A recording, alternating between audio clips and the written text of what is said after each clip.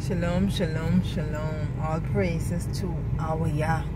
This is the day that He has made, and we will rejoice and be glad in it. YAH's good, He's faithful. And I'm grateful to Him for all things and all things. And I'm grateful that He has allowed me to see another day, a brand new day. He's good. You know, when we look around at what is happening, I don't know about anywhere else, but in the Bible, every time you turn around, you have like someone drop dead. And so, yeah, it's concerning. It's concerning. It seems to have been, there are a lot of sudden deaths that are taking place right now. And so, yeah. So there is a lot that is going on, and things are becoming more and more interesting, you know. But in all things, we have to trust. We have to trust in YAH. We have to trust in YAH. We cannot trust in another. We dare not. I dare not trust another. And that is where I am. But I came to encourage you today with a word that has been in my spirit from early this morning. Actually, I wanted to get up because I couldn't get to sleep after 2. Could not get to sleep because this was in my spirit to say to someone today, to encourage you. And the word is that you, talking individually right now, you only need a word from YAH. One word. You only need one word from YAH. You only need one word from the Spirit of the Most High. One word. Whatever your situation is, whatever you're dealing with right now, you only need one word, and that word that the Father would give to you would see you through your situation. It would be what you need for you to hold on to. Once you get a word from YAH, then you would know that that is what you would put your trust and your confidence in. You see, once you have a word from the Father, when He says to you, this is the case, then you know you don't need to look any further than that. No matter what you go through after that, that word is what will sustain you. And so I want to encourage you today that you only need one word, and you have to get it from the Most High. You have to seek Him. You have to hear from YAH for yourself. This is a relationship thing. You understand me? Everywhere you turn right now, you're getting words from the CDC, the WHO, this person, CNN, this politician, this doctor. Everybody wants to tell you what it is that you should do. But who it is that you need to hear from, the one person you need to hear from, is the Most High. Because like I've been saying for a while, and I will continue to say, only He knows the plans He has for you. Nobody else knows the plans the Most High have for you. So if there's one word you want to hear from, or one person you want to hear from, it would be Him. It would be Him. So I want to encourage you today, if you are seeking the answer, seeking the Father on anything, it doesn't matter what it is, I want to encourage you to listen to what the Father is saying to you about your situation. Many times we go and we ask this person and we ask the next person. I had somebody say to me, oh, you know, I'm learning a lot. I'm listening to this one on YouTube. I'm listening to the next one on YouTube, and they're telling me this. And I said to them, what is the YAH saying to you though? He is the teacher. Oh, it's okay to listen to other persons. I do. Sometimes I do. Sometimes I need to get away and just listen to the Most High. And he looked at me, he's like, yeah, like, you know, but you can still listen to, I say, of course you can listen to other people. But I believe our first recourse would go to the Father. That's me. If I am seeking the Most High, if I have a decision to make on anything, I have learned in my adult life, in my mature life, and I'm so happy after going through so much and getting advice from here, then everywhere. And man, you listen, the Father would be saying to me in my spirit, I can feel like this is what I should do. But I still go and say, what you think about that? And what you think about that? And I go with what they say. Do you understand that? And I had to learn, because listen to me, that got me in so much problems. And I got to a place where I say, okay, yeah, it's just you and me. If I have to make a decision on anything, I have learned now not to even discuss it with nobody. I'm asking you nothing. I don't want to hear your opinion. I don't want to hear your thoughts. I don't want your view. I go to the Father. I put it to Him, and I've learned to wait, because He knows the way that I take. His way is perfect. He knows the plans that He has for me. And so I've learned to wait. I go to YAH for the word, for His instruction, for what He said to me. And so I want to encourage you with that today. All you need is one word from the Father. Do you understand? Abraham got a word from YAH. The Father told him to leave. He didn't know where he was going, you know. The Father said, you leave here and go to a land where I will take you. Leave. Leave your family. Leave your everything. Just leave. Now you can imagine Abraham at that time living with a family who were really pagan worshippers. They were worshiping deities that they made, that they could see. So Abraham, we were not told what the conversation was or may have been. But I'm just saying, had he gone to his family members, his dad, and said, I'm going. And they'd be like, where you going? I don't know. The Most High, the Spirit of the Most High, who I believe and who I follow, told me to leave. And of course they look at him and say, now you know you crazy, right? You can't see this person, but you're gonna just pack up and leave, and you don't know where you're going. But Abraham trusted the Most High. He believed in Him, and so he left. You understand me? Based on that one word. See, and that's where trust comes in. Once the Father has given you a word, that's where the test comes in. Whether you are going to trust Him. And I just did a video on trust. You see what I'm saying? Now Abraham could have been to his family and talked to them, but you know, he's telling me to do this. And they say, you know, that don't make no sense. How we can tell you go, you don't know where you're going, you know what's gonna happen, da da da da da da da da. And that is what we sometimes do. When we feel in our spirit that we should do something, we go and talk to somebody else about it. And I'm talking from experience. I know this. I used to live there. I feel I should do this. Oh no, you know, this is that, and da da da da, and da da da. They always and talk you right out of it. Right out of it. But in your spirit, you know, this is what I feel I should do. And that's why I got to place when I feel and the Father's leading me in something, I don't need your opinion no more, child. I ain't asking you nothing. This is what I can do. You understand? And like I said, I've had an experience with this. Last night I was reading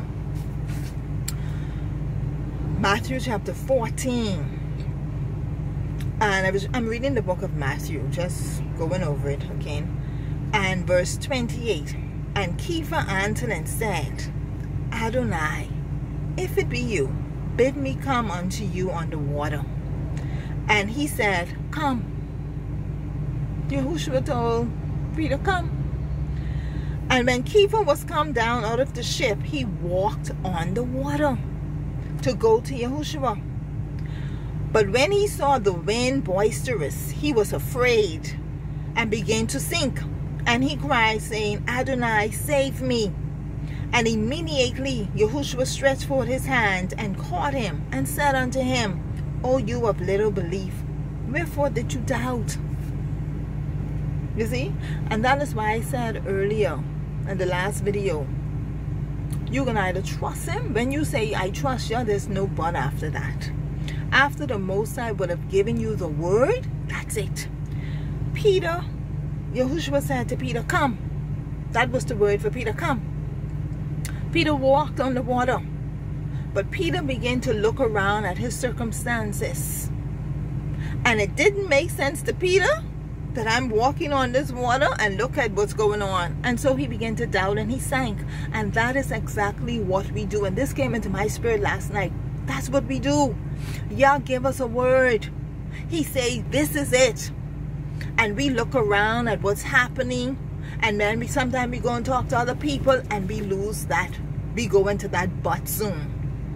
You understand me? We begin to doubt. And that's why I said after that but, that's, you nullified your trust, because that's when you now going to doubt and you trying to make excuses and you trying to explain, oh, but this is it and that is that, in your natural sense.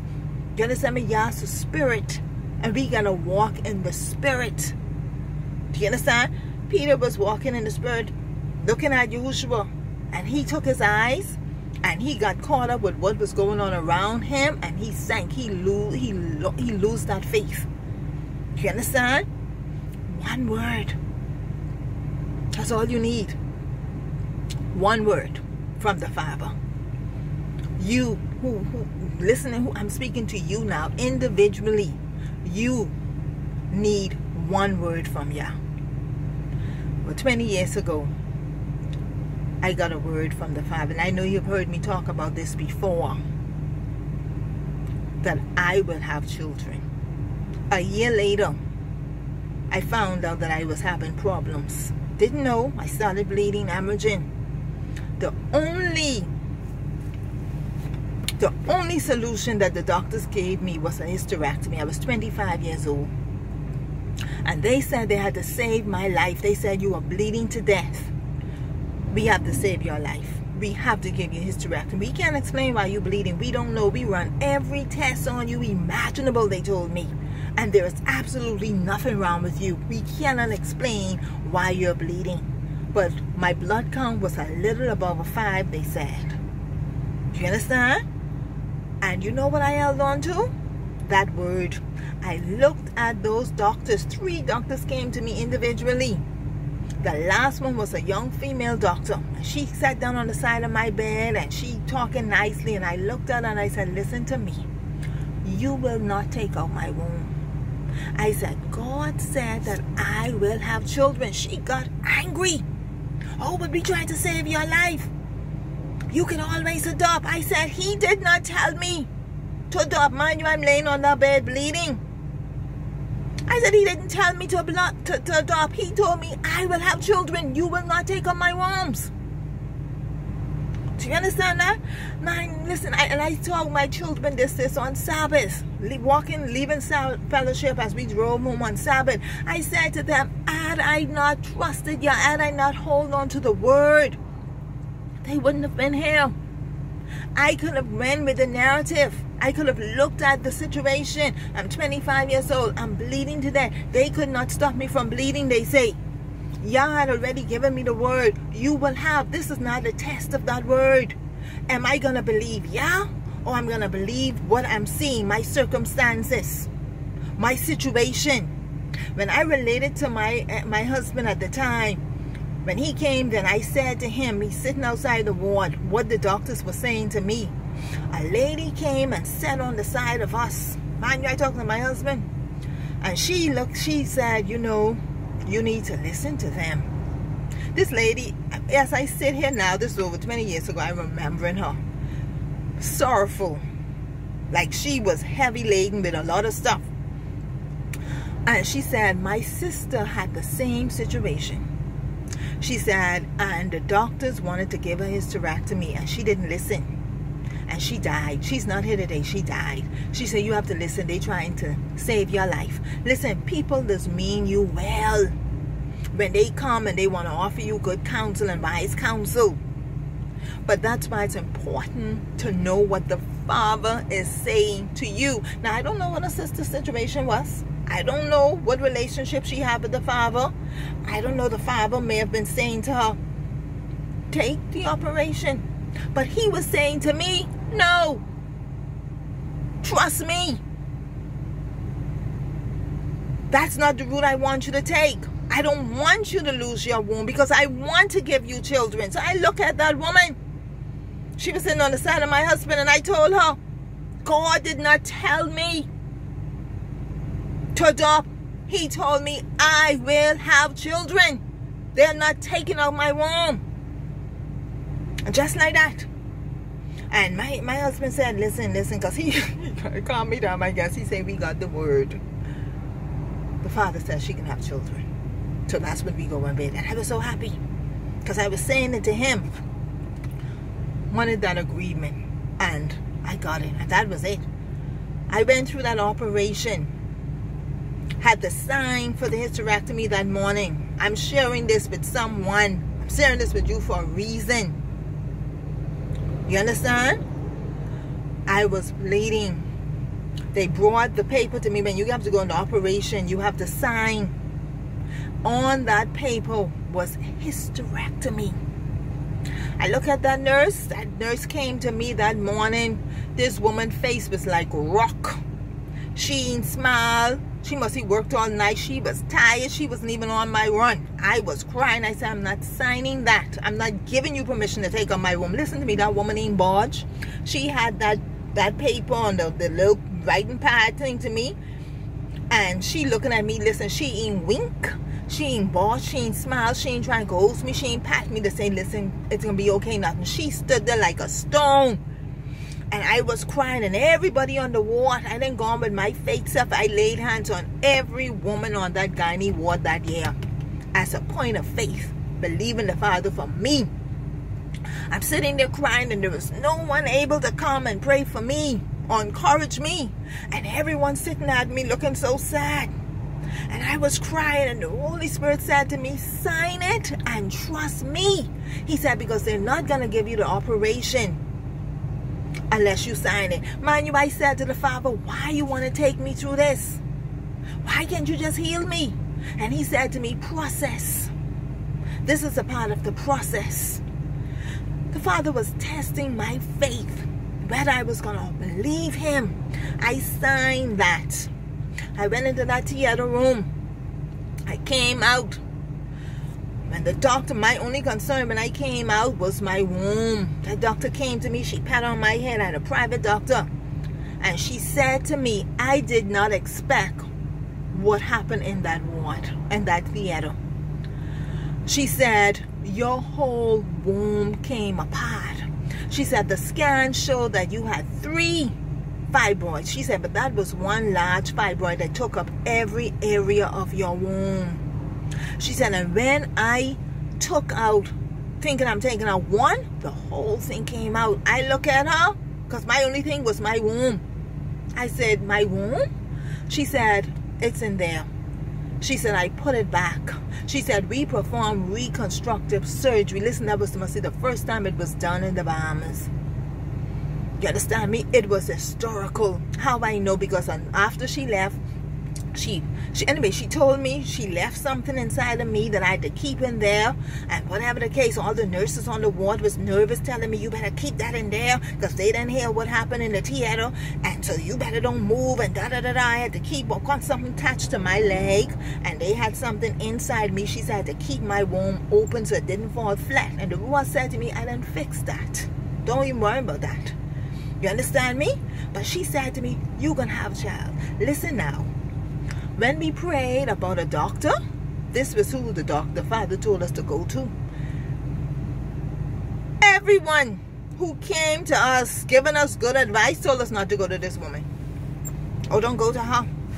She operated on somebody and they ain't wake up, and somebody ain't wake up, and everybody's and this and that. And I'm looking, I said, what is this? But that's what the Father said. Go. You got to know what the Father's saying to you. You know what he said to me? He said, after you went, because the other doctor had already said to me, that's what they can do. They can give me a hysterectomy. And the Ruach said to me, after you went to them and your womb came out like that, they was just going to take it out. They were not going to even try and put that back together. You understand me? It is important to follow the word that the Father and listen to what he's saying to you. You understand me? I went to a lady who was a specialist and listened to what else she had. Her character, she was very uppity. And so she now, consider herself to be a specialist. She did something what had not been done. That's to her credit. Do you understand what I'm saying? So the Father used her personality to be someone who, how then she, she have so much confidence in herself. How I know this was not done before. A student, in the hospital they had these students. A student was in there, and she came to my bedside that night, and she was whispering to me. I was like, well, she said, girl, I know this girl. Never saw before. She come trying to put one one blood thing, and you know, they put the drip in my hand, and she wasn't doing it, and I was still telling her she's sticking me, and I said, okay, it's okay, try it again. You know, I tried to encourage her, but sticking me. But she said that was something. I said, what? She said, yo, operation. I said, what? She said, I was there. She said, girl, that was something. She said, I ain't never seen nothing like that before. I said, what? She said, yeah. She said, I never saw nothing like that before. I said, what? Let me tell you. See, let me tell you what I'm saying to you. Until you trust him, until you hold on to the word you gave him, you will not experience him the way you want to. People have said to me when I've talked, that they said they have never heard nothing like that before. And you know why people have never experienced? Somebody said to me, I've never heard of anyone experiencing the Father God like that, and like you have. And you know why? You know what came into my spirit? Because nobody never trusts him or believe him the way I have. You see, and this is what I said to my children: until you go past your fear, until you go past the words of other people and their situation, you determine that I'm going to press through and I'm going to trust him, I'm going to hold on to what he said to me, you will not have the experience. You will not experience him. That's why scripture say, faith. Without faith, it is impossible to please YAH. Yahushua said, when he returned, will he find faith upon the earth? He told the woman, I read that too, that came from Canaan. And Yahushua said, I am sent only to the lost sheep of Israel. And she said to him, but he said, why should I take the bread of the children and feed it to the dogs? She said, the dogs eat the crumbs. And he said, woman, he had not seen such faith, not even in Israel. It's faith that moves the Father. And the Most High is looking for us now to trust him. And we got to move past the good words. The people came and they meant well. Do you understand me? They meant well. When, you know, I met a doctor, and I was saying to my neighbor was a doctor, and I was saying to him about this experience I had with the operation, and he said to me, oh no, so you couldn't have children, you can't have children now. He said, you had your children already, eh? I said, no. He looked at me. He said, you could not have, you know, your womb, you can't have children. I said, listen to me, sweetie. That operation was in 2000. My daughter born 2003, 8 pounds, 8 ounces. My son was born 2006, 12 pounds, 10 ounces. He looked like he was going to pass out. I said to him, God said, I will. I trusted him. I believed. I held on to the word. And he couldn't see, and he was baffled because now he's a doctor, scientist. You understand me? And according to them, I shouldn't. But the doctor, the father led me to. She tapped me on my head. You're going to have children. I ain't take it out. We put it back. I have my 2 children because I held on to the word. All you need is one word. I want to encourage some women today. That's why this bothers me sometimes when I hear women saying, oh, I can't have children. I met a young woman when I was doing my cosmetology course. And she had her womb, never had a baby. And her womb was removed. And I felt so sorry. My heart grieved. And I said, oh my goodness. Had she known, had she held on, if she, I don't know what her belief or faith was in the Father. But I share my testimony. And they look. See, you got to trust him. Seek him. Find out what is he saying about your situation. What is the word that he's giving you about your situation? Whatever it is that you're dealing with now. What is he saying to you? Because all you need from him is one word. Do you understand that? After I had my son, I was pregnant with my son, 2006, the father directed me to go and encourage a young woman to live. YAH didn't say to me the woman was in the last stage of AIDS. Nothing. I didn't know she had AIDS. I thought she was just very beautiful, nice skin, pretty curly hair. I didn't know she had AIDS. Everybody else knew. I didn't know. Someone I met in an assembly I used to fellowship with. And I called, I got her number because she was pressing hard on my spirit. And all he said to me, encourage her to live. I was pregnant with my son. And I called her. When I called her, she said to me, you coming for me? And I was like, okay, where you live? And I went, pick her up, took her to my house. And in conversation, she said to me she had the virus, the AIDS virus, and she explained what happened and how she got it and everything else. And I said to her, the Father told me to encourage you to live, to trust him to heal you. There was something she needed to do. Do you understand? But the Father wanted to heal her. And time she ended up in the hospital, I got a call to go to the hospital. I jump up, I went. Walk on the ward with a AIDS patient, they call it the Sealy ward. Walk in there with my big belly. Walk past the nurse's station, went in there, and I ministered to her, was praying with her and prayed for some other persons on the ward. As I was leaving, the nurses, like, they were gonna pass out. What you doing on this ward? I look, I said, okay, I walk past you going in. You're not supposed to be here. You're pregnant. You know, all kind of disease and virus and TB and everything on this ward and da-da-da-da. I said, okay. A friend of mine, I think my sister was there, and they was like, oh, you can't be so super spiritual and da-da-da-da. This is some of the things the Father, some people can come and say to you, and again, I say they mean well, when the Father give you a particular instructions. You understand? Because we look at the natural. It never even entered into my mind when I was going to the ward that I would be at risk, because I knew the Father sent me. I knew he told me what to do with this young woman. So YAH sent me, he told me, he was protecting me, he covered me, and that's what came into my spirit. Where he guide, he provide, he protect. Do you understand me? Other people can look at you and say to you about your faith and your belief and your trust. You think you more than that.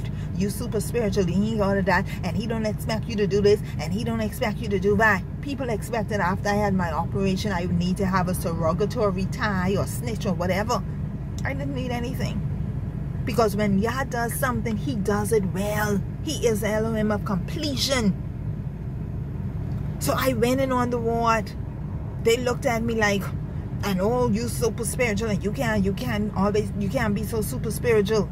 But that is the level of their faith, and that's what people do. You have a lot of people talking the Father. You understand me? But they bring him down to where they are. He has to function in their natural. But he's spirit. Do you understand? And YAH is looking for people who's gonna function out of the norm and believe him in a crazy situation and trust him that he is covering them, protecting them, with them. Do you understand me? And he gave you the word. And that's the word that he expects you to hold on to, regardless what comes. When those storms and those winds and the people come and they want to tell you this and go there and do all this other kind of stuff, listen, that word is supposed to keep you. That word is supposed to sustain you. You are supposed to hold on to that. If you don't hold on to that, you will not experience the Father the way you want. You will not get what you desire. You understand? So I want to encourage you today. Hold on. You only need one word from YAH. Hold on to the word. You understand? And once you get that word, you know what? And trust. You just trust him. He didn't give you the word. Abraham had to trust YAH. YAH told him to leave. You can be a father of many nations. Leave. His wife was barren, but he trusted YAH. And that's what the Father is looking for. You to be bold in your assurance that he is able to do exceedingly abundantly above all that you could ever ask, think, or imagine. You understand me? That you would be bold in your declaration that I trust him. I am going to hold on to this word. I'm going to walk through. I'm going to walk through my fear, put it aside, my doubt, whatever, and hold on to the word that he has given to me. You understand me? People want to know about the vaccine. What is he saying to you? I know what he said to me. And that's what I am holding on to. I told a sister of mine, maybe, you know, you got to find out, maybe for you it'll work. But for me, you understand me? I got to hold on to what he said to me. Because see, my past experience was, he said to me, you listen to other people. I used to listen to other people. I have determined in my heart, right now, I only trust YAH. I did not trust another. I did not look to another. I trust YAH. So I holding on to the word that he has given to me. And I want to encourage you to do the same. You understand me? What is he saying to you? What is the word that he has given to you? Hold on to the word. That's all you need. All you need from the Father is one word. One word. Do you understand?